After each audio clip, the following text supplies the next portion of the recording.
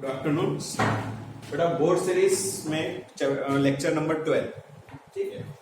अब जो यहाँ टॉपिक हम लेने जा रहे हैं वो है हेस लॉ ऑफ कांस्टेंट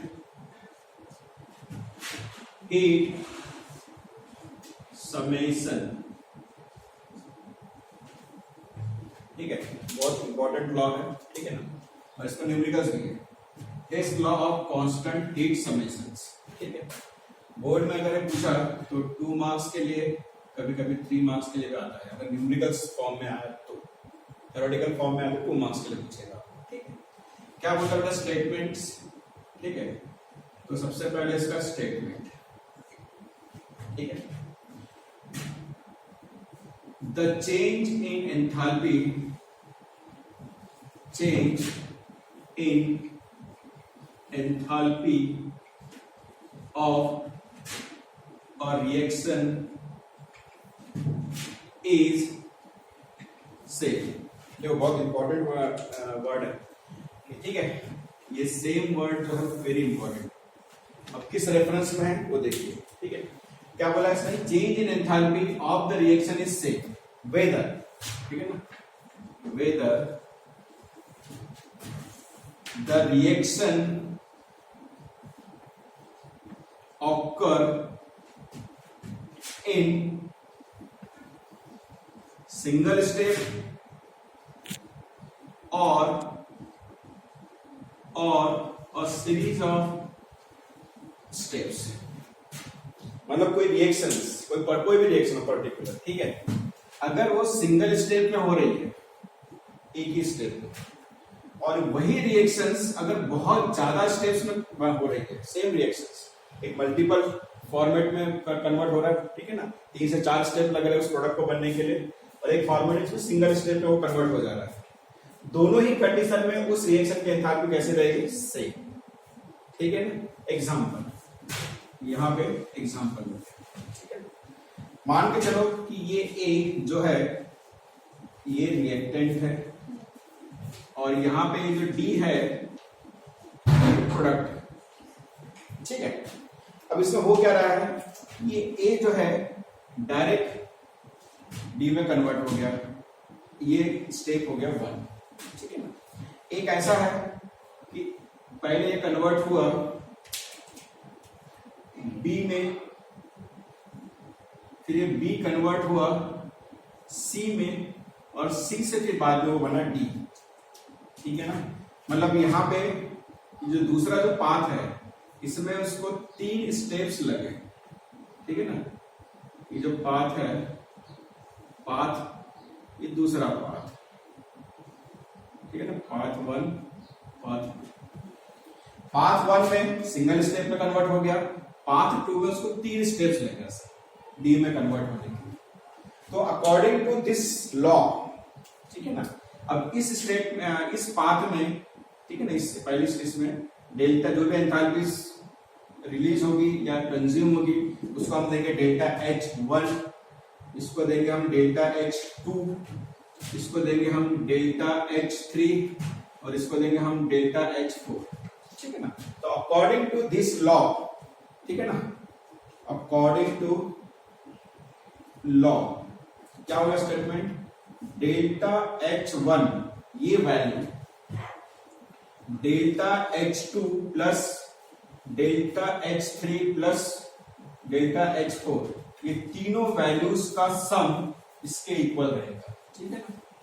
ये है हेस लॉ, ठीक है। किसी भी रिएक्शन की एंथैल्पी बेटा हमेशा सेम रहेगी, पाथ पर डिपेंड नहीं करता, ठीक है ना। अगर मान लो सिंगल स्टेप में हो रही है और वही रिएक्शन मल्टीपल स्टेप में हो रही है तो पूरी स्टेप्स का प्लस और वो सिंगल स्टेप का जो भी वैल्यू रहेगा दोनों सेम रहेगा, ठीक है। अब इसमें यहां पे आता है इसका एप्लीकेशंस, ठीक है ना बेटा, 3 एप्लीकेशंस, ठीक है। मैं लिख रहा इसमें, और बाद में एग्जांपल के थ्रू मैं आपको एक्सप्लेन भी करूंगा कैसे करना है, ठीक है। If it is not, if it is not possible to perform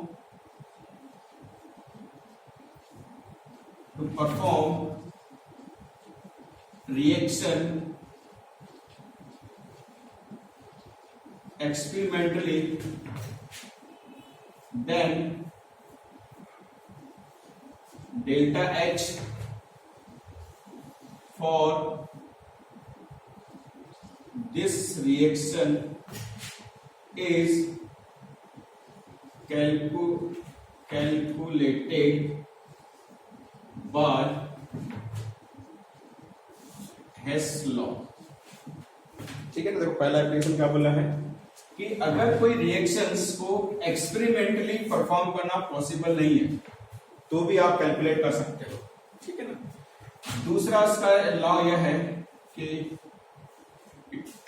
this law is used to calculate enthalpy of formation of a compound. ठीक है ना, किसी भी कंपाउंड की फॉर्मेशन एंथैल्पीज आप निकाल सकते हो, इसके फॉर्मेशन एंथैल्पीज आप इजीली निकाल सकते हो। ठीक है, किसी भी इसकी। ठीक है, और तीसरा सबसे इंपॉर्टेंट है used to calculate enthalpy of combustion of a substance. ठीक है ना, किसी की भी कंबशन एंथैल्पी आप फाइंड आउट कर सकते हैं, एंथैल्पीज ऑफ कंबशन। अभी आपको न्यूमेरिकल्स में एक्सप्लेन हो जाएगा कि किस तरह से निकालते हैं इसमें। ठीक है, तो यहाँ पे एक एग्जांपल लेता हूं मैं यहाँ पे। ठीक है, जो आपके टेक्स्ट बुक में है। ठीक है ना, और वो टेक्स्ट बुक में मैं आपको पेज नंबर बताऊंगा। ठीक है, आपका जो पीडीएफ फॉर्मेट में है बेटा बुक, पीडीएफ फॉर्मेट में। ठीक है ना, उस पीडीएफ फॉर्मेट में यस।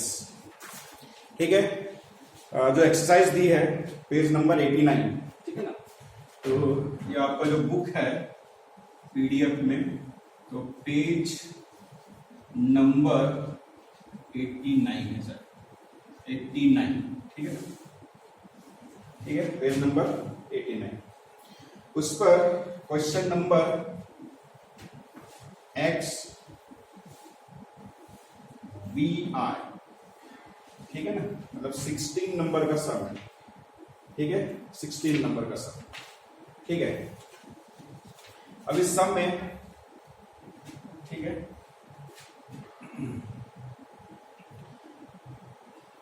क्वेश्चन है कैलकुलेट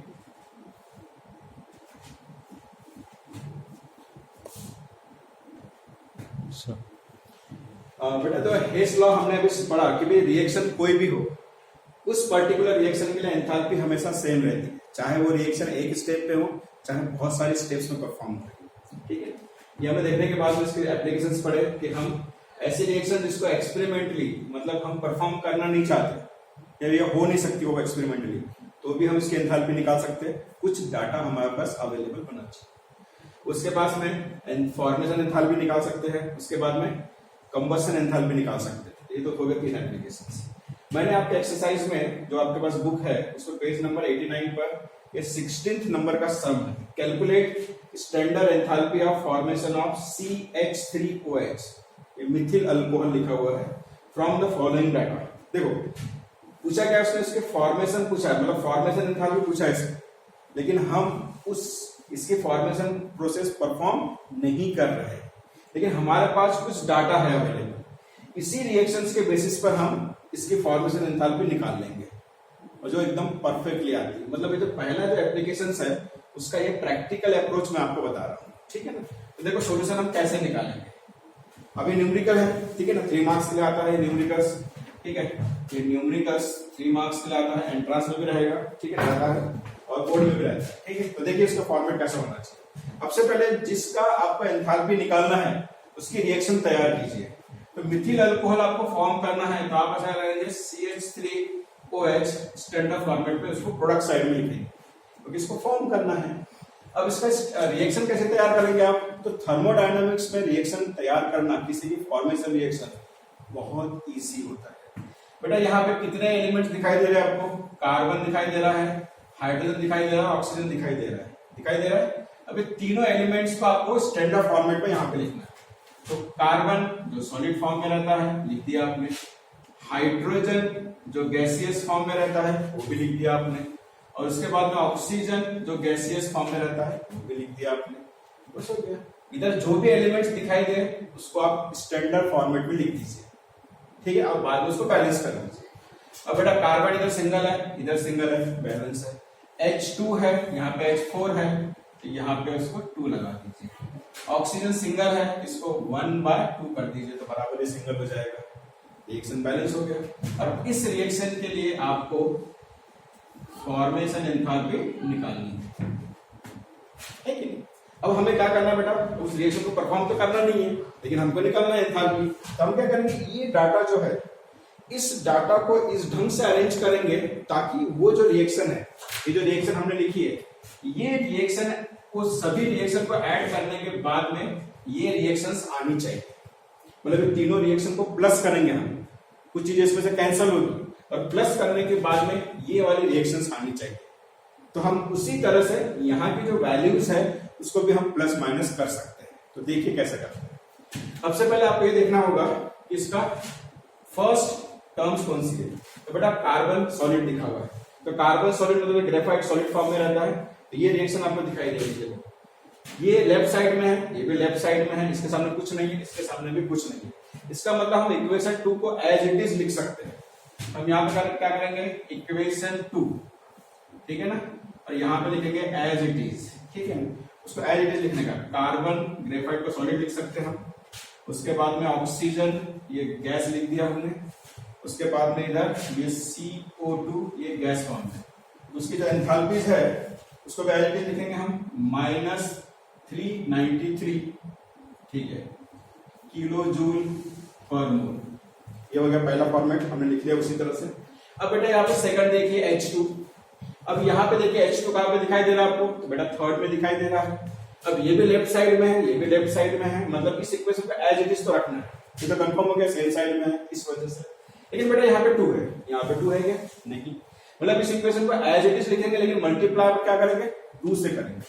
तो हम यहाँ पे लिखेंगे इक्वेशन नंबर 3, और इसको यहाँ पे लिखेंगे as it is and multiply by 2। मतलब एज इट इज में लिखना, मल्टीप्लाई बाय 2 भी करना है। तो 2 से मल्टीप्लाई बाय 2, ये हो जाएगा 2H2, फिर वो 1/2, ये 1/2 मल्टीप्लाई बाय 2, और ये O2 गैस फॉर्म में, ठीक है ना, 2 से 2 कैंसिल, और इधर आ जाएगा ये H2O, यहाँ पे आ जाएगा 2, ठीक है ना, और ये हो जाएगा लिक्विड, ठीक है, इस तरह से।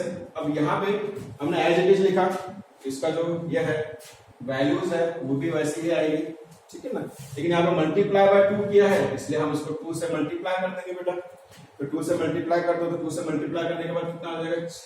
6 to the 12, ये 1, 8 to the 16 और 17, फिर 1, 2 to the 4 और ये 5, ये आ गया -572, ठीक है। अब बेटा यहाँ पे तीसरी वाली टर्म्स O2। अब बेटा देखो O2 यहाँ पे भी है, यहाँ पे भी है, यहाँ पे भी है, तो बेटा इसको तो हम लेंगे ही नहीं, कैंसिल, छोड़ो उसको।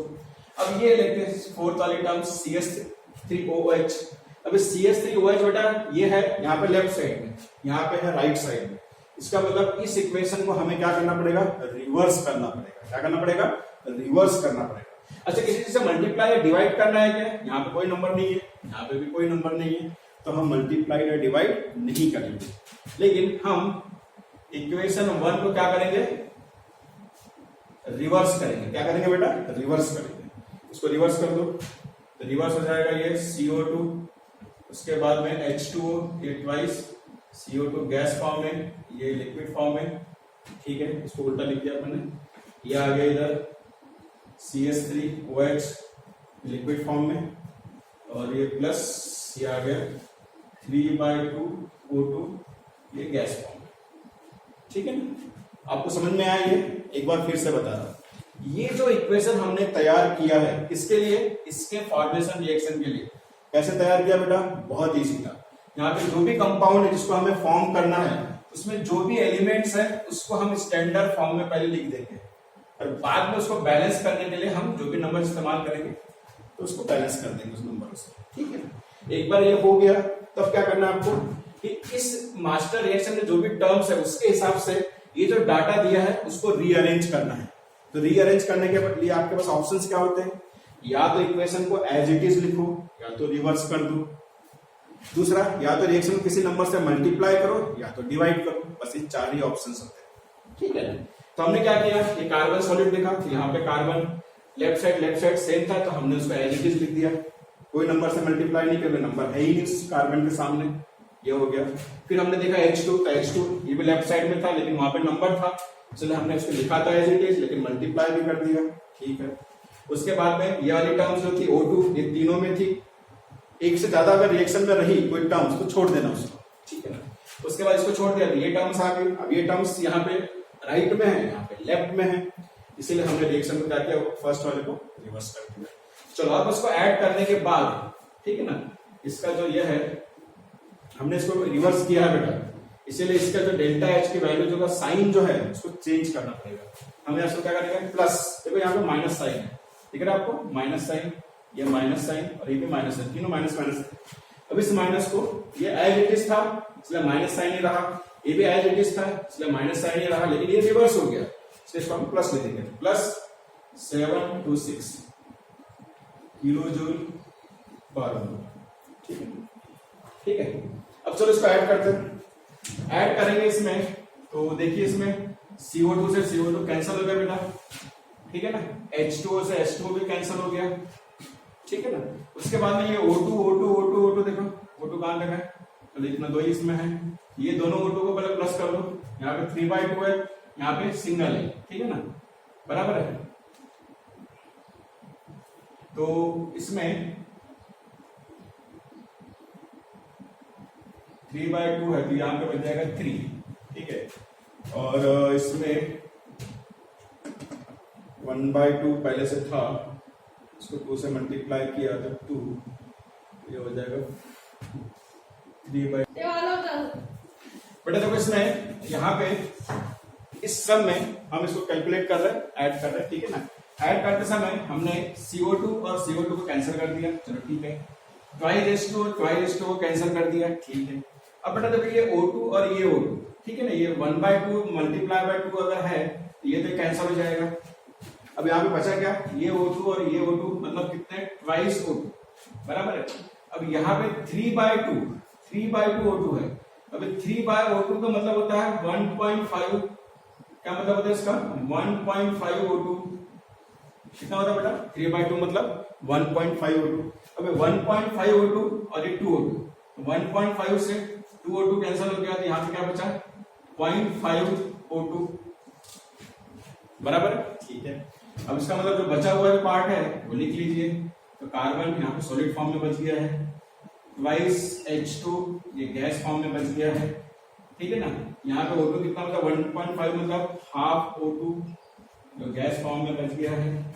उसके बाद में यहाँ पे क्या बच गया, ये CH3OH जो लिक्विड फॉर्म में बच गया, ठीक है। इस तरह से बेटा ये पूरा का पूरा आंसर यहाँ पे आ चुका है, जो हमारा मास्टर रिएक्शन है। देखो सेम टू सेम आया बराबर। ये आपको समझ में आया, O2 का कैंसिल कैसा हुआ, यहाँ पे O2 सिंगल, ये 1/2 और 2 कट गया, तो ये भी O2 सिंगल, दोनों O2 मिला के कितना होंगे, 2 O2, ठीक है। इधर क्या है बेटा, 3/2 O2, 3/2 कितना होता है बेटा, 1.5, मतलब यहाँ पे 1.5 O2 है और यहाँ पे कितने 2 O2 है, तो 1.5 से 1.5 काट देंगे तो यहाँ पे कितना बचेगा, आधा। अभी इस आधा को हमने यहाँ पे 1/2 O2 लिखा है, ठीक है, तो सेम टू सेम फॉर्मेट में आ गया। अब अगर ये सेम फॉर्मेट में आ गया, इधर जो वैल्यूज है उसको हम प्लस माइनस कर सकते हैं, तो हमारा आंसर आ जाएगा। तो कितना वैल्यूज है बेटा इसमें, -393, और यहाँ पे वैल्यूज कितनी है, -572, ठीक है ना। ये माइनस वाली टर्म्स को पहले प्लस कर दो, तो ये आ जाएगा 5 9 7 ये 16 5 3 9, ये आ गया -965, और प्लस में जो नंबर है +726, इसको ये करेंगे तो प्लस अपोजिट है साइन तो माइनस करना पड़ेगा, तो ये 15, ये आ जाएगा 9, ये 5 प्लस 2 आ जाएगा तो ये 3, और ये 9 से 7 जाएगा तो ये 2, ये माइनस, ठीक है। तो बेटा ये हमारा आंसर है। तो यहाँ पे आंसर के तौर पर क्या है, -239, ठीक है ना, किलो जूल पर मोल, ये हमारा आंसर है। तो आपके बुक के हिसाब से देखा जाए, बुक में भी वही आंसर दिया हुआ है बेटा, -239, सेम टू सेम आपके बुक का ही प्रॉब्लम है, ठीक है ना। इस प्रॉब्लम को लेने का एक ही इंटेंशन था कि हेस लॉ में न्यूमेरिकल कैसे आते हैं वो बताना, ठीक है ना। तो चलो इसके एग्जांपल्स मैं आपको डालूंगा अभी असाइनमेंट के तौर पर, इसको यहाँ पे कंप्लीट करते हैं।